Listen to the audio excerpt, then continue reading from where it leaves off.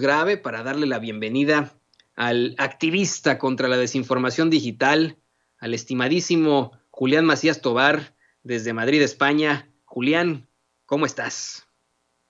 Hola, Toño, ¿qué tal? Feliz año. Feliz año, feliz año. Pues bien, aquí con muchas revelaciones. Acabas de publicar un hilo que está haciendo mucho eco, un hilo que tiene una serie de revelaciones. ¿Quieres que lo leamos o nos vamos directamente a lo que contiene? Dale, como tú quieras. Pues miren, vamos a leerlo. Usted lo sabe, Julián Macías Tobar ha hecho una serie de revelaciones en los últimos meses, revelaciones extremadamente fuertes, como la evidente granja de bots de personajes políticos de alto poder, como lo es el gobernador fantasma del Estado de México, Alfredo del Mazo.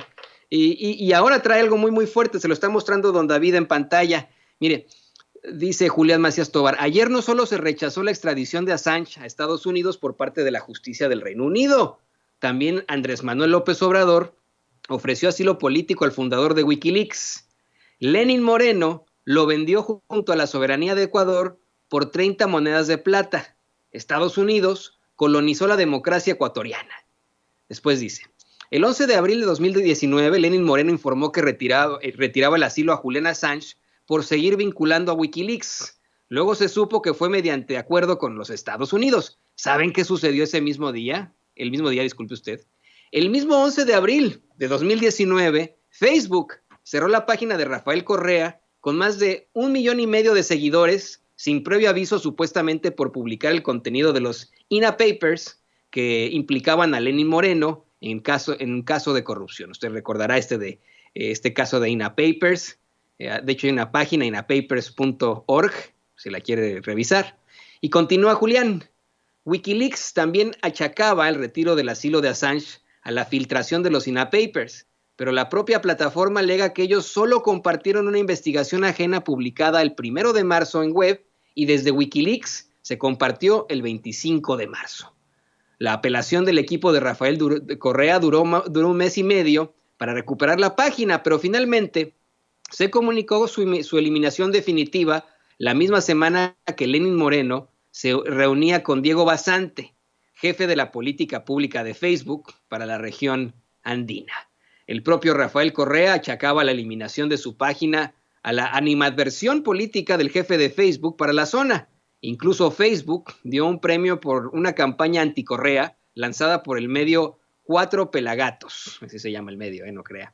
Es más que llamativo que un medio recién creado como Cuatro Pelagatos contratase una prestigiosa empresa publicitaria para hacer esta campaña contra Rafael Correa como lanzamiento de la web digital, que varios medios acusaron de ser financiado desde los Estados Unidos. Es llamativo que Facebook premie una campaña de carácter político contra un presidente de gobierno en este momento. También es curioso que Diego Basante trabajara en la Embajada de Ecuador en Washington previo a su incorporación a Facebook. Qué grueso está esto, Julián, ahora lo platicamos, pero bueno. Y no por habitual, no deja de sorprenderme que los fact-checkers que Facebook reconoce en Latinoamérica como partners para decidir qué es verdad y qué es mentira, son entes financiados desde los Estados Unidos a través de la NED, entre otros organismos. Ecuador chequea es iniciativa de Fundamedios. Y ahí termina este muy interesante hilo. Julián, pues qué barbaridad. Nosotros, Sin Censura, y creo que muchos mexicanos han sufrido de ese medio que gestiona supuestamente lo que tiene Facebook en México. Se lo dieron a la revista electrónica Animal Político, que resultó ser propiedad de un hombre muy, muy cercano al priismo en Hidalgo. Pero bueno, vamos a lo primero es lo primero. Qué fuerte lo que nos estás contando. Sí, bueno, a ver, como digo siempre, es que es el mismo esquema siempre. Es decir, fíjate que los análisis que hacía de campañas contra AMLO siempre aparecía Animal Político, ¿no? Como elemento, como agente, digamos, de desestabilización del gobierno, ¿no? Pero Facebook lo elige como partner para decidir qué es verdad, qué es mentira, ¿no? Pero fíjate que, bueno, el hilo continúa porque, bueno, digamos que va mucho más allá, ¿no? Es decir, te sonará lo de Atlas Network, ¿no? las 4 o 5 fundaciones que en México pertenecen a este entramado de fundaciones, todas hacen campaña contra AMLO, y en Ecuador es exactamente igual, ¿no? Es decir, que ahora mismo hay 2 candidatos, ¿no? Digamos, Guillermo Lasso, que es un banquero, digamos, apoyado por todas estas fundaciones y por la derecha y por los Estados Unidos, por diferentes medios y organismos financiados de Estados Unidos. Y luego está Andrés Arauz, que está primero, es decir, va primero en las elecciones, seguido de Lasso, y la campaña, digamos, pues es bastante, digamos, desigual, ¿no? Y lo curioso de todo esto es, igual como en México tienen como una relación de apoderamiento del INE, pasa exactamente igual en Ecuador. Es decir, todos estos organismos, muchos de ellos, están vinculados al proceso electoral. Por ejemplo, CEDATOS, que es digamos, se usan las encuestas para las elecciones, igual que en Bolivia estaba Jubileo, que estaba financiado por el NET, exactamente igual, CEDATOS está financiado por el NDI, que es otro organismo de Estados Unidos financiado por el NET, que da, digamos, encuestas, son las únicas encuestas que dan favorable a Lasso. Pero si te fijas en las 4 fundaciones de Atlas Network de Ecuador, las 4 hacen retweet a Guillermo Lasso y atacan a Correa o también a Arauz, que es el candidato, digamos, que se va a disputar la presidencia. Y más allá de eso, ¿no? El caso de Facebook, ¿no? Es decir, ahora que hemos tenido las elecciones de Estados Unidos, ¿no? Cómo se criticaba, ¿no?, la censura hacia Donald Trump, pero al final Donald Trump tiene un impacto 40 o 50 veces superior a Biden, digamos, en Facebook. Por lo tanto, no solamente tiene mayor impacto, sino que aparte se hace la víctima de que se está censurando, ¿no? El caso de Rafael Correa, sin previo aviso, pues se le eliminó, ¿no?, el mismo día, curiosamente, que digamos que se le quita el asilo a Sam, ¿no? Y bueno, felicito también al pueblo de México y a su presidente por defender la libertad de expresión, y a alguien que yo creo que representa un poco el ataque a la libertad de expresión y de la información contra los poderosos, ¿no? Y ahí se ha visto la vulneración, como Lenín Moreno, con acuerdos de Estados Unidos, donde seguramente entrará la eliminación de la propia página de Facebook de Rafael Correa, precisamente el mismo día, por dar una información, digamos, que lleva varios días y que se ha compartido muchas veces en diferentes plataformas, redes y medios, sobre supuestas cuentas en el exterior de Lenín Moreno, ¿no?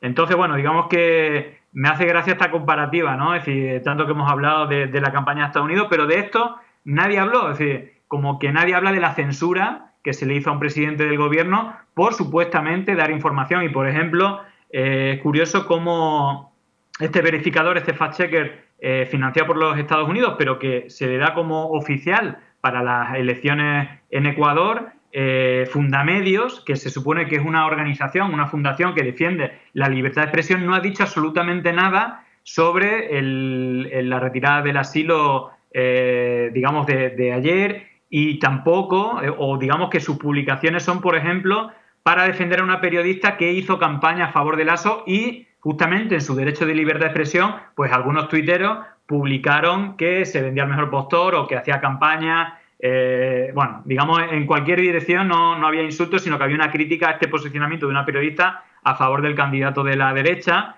Y justamente, si defiende la libertad de expresión, también debería de defender la libertad de expresión de esta periodista, para decirlo, pero también para las personas que en sus redes sociales critiquen que una periodista apoye claramente a un candidato, ¿no? Entonces, bueno, digamos que hay ahí, como en todos los países, los Estados Unidos financia diferentes organismos que tienen que ver todo lo relacionado con unas elecciones, tanto las encuestadoras, como los fact-checkers, como medios de comunicación, como observatorios de la transparencia, observatorios de los derechos humanos, de la violencia de género. Es decir, crean miles de observatorios, tienen sus propios medios y hacen, pues, informes de ataque a un candidato y informes favorables a otros, ¿no? Es decir, al final son injerencias de unos países a otros, tanto en comunicación como en diferentes espacios, ¿no? Y esto lo estamos viendo en todos los países de América Latina, ¿no? Y me llama la atención que los medios no pongan el foco en esto, que se supone que es una vulneración a la democracia, ¿no? Es decir, financiación de otros países para participar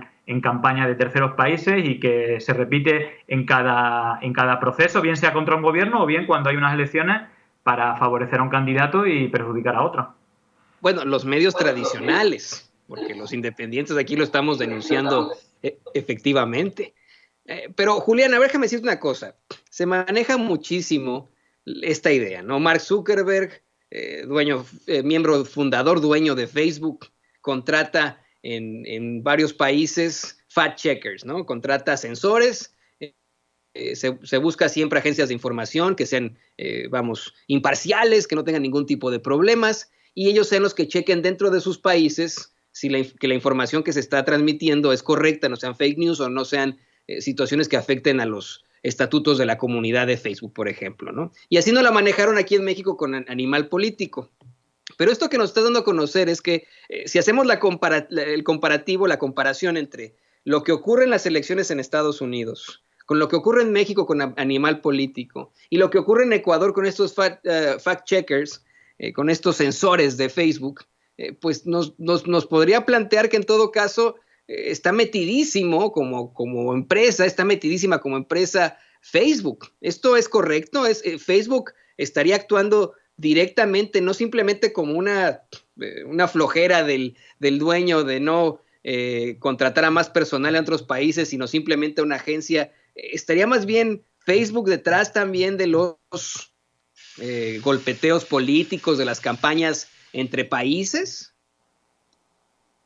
Bueno, a ver, hay una discusión, ¿no?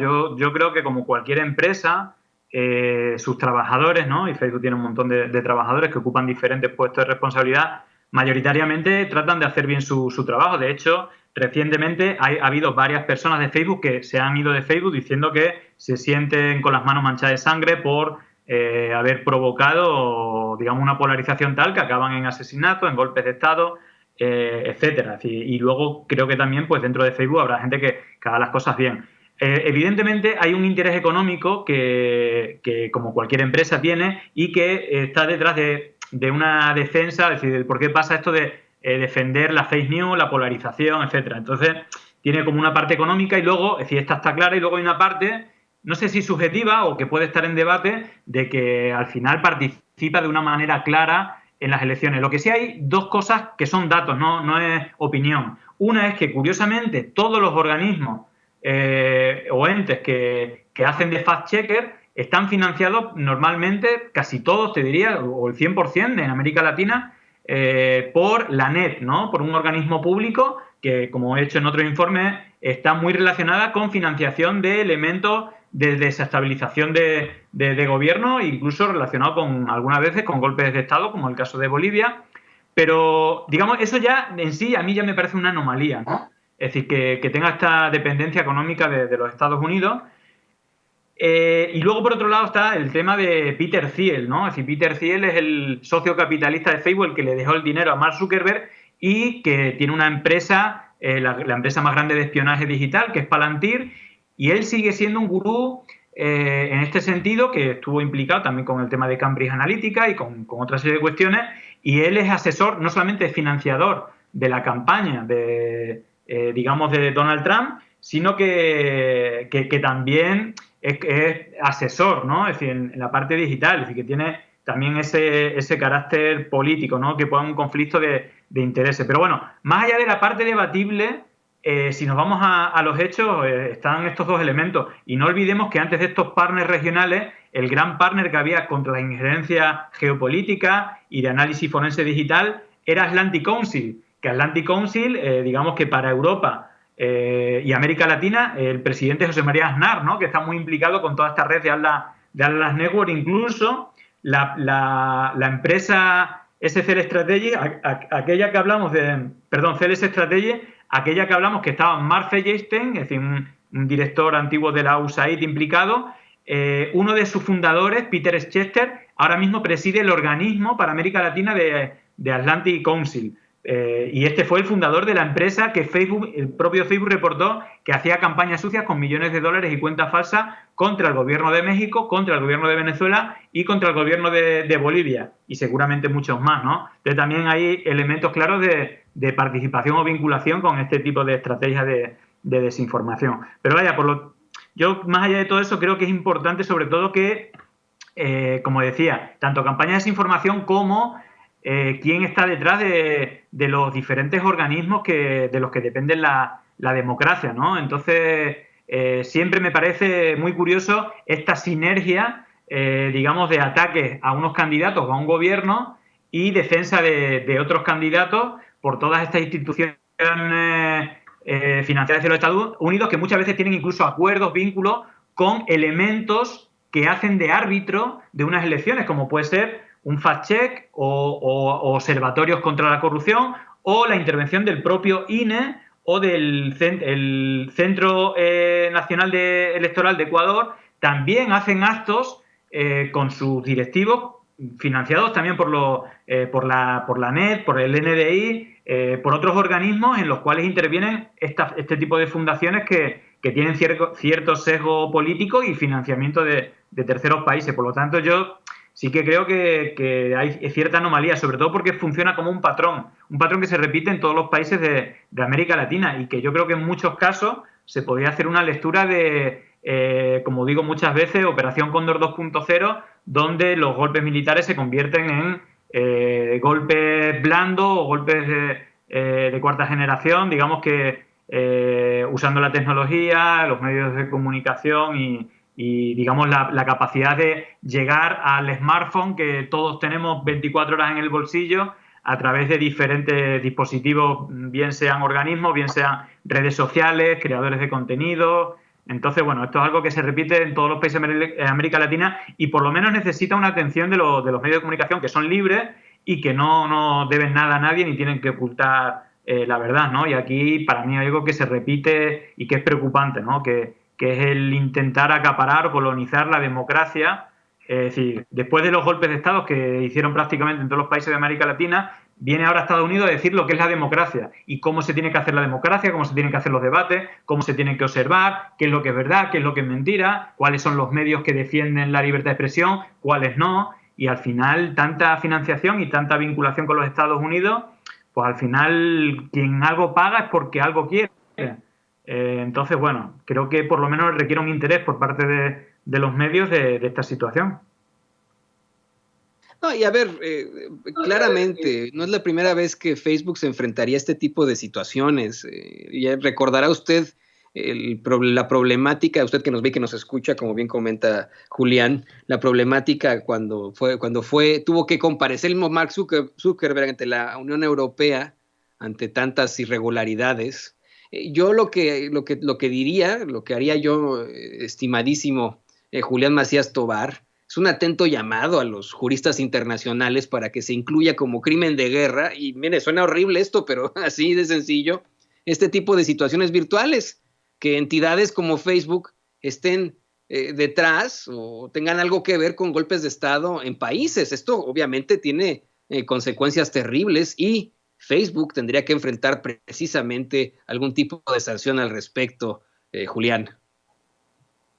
Sí, bueno, yo creo que Facebook también está dando pasos, ¿no? El propio, como hablé unos meses, en septiembre hizo el reporte de esta empresa de Estados Unidos que hacía campaña sucia en México, y todos sabemos a quién, es decir, la campaña sucia en redes sabemos quiénes la hacen y contra quién.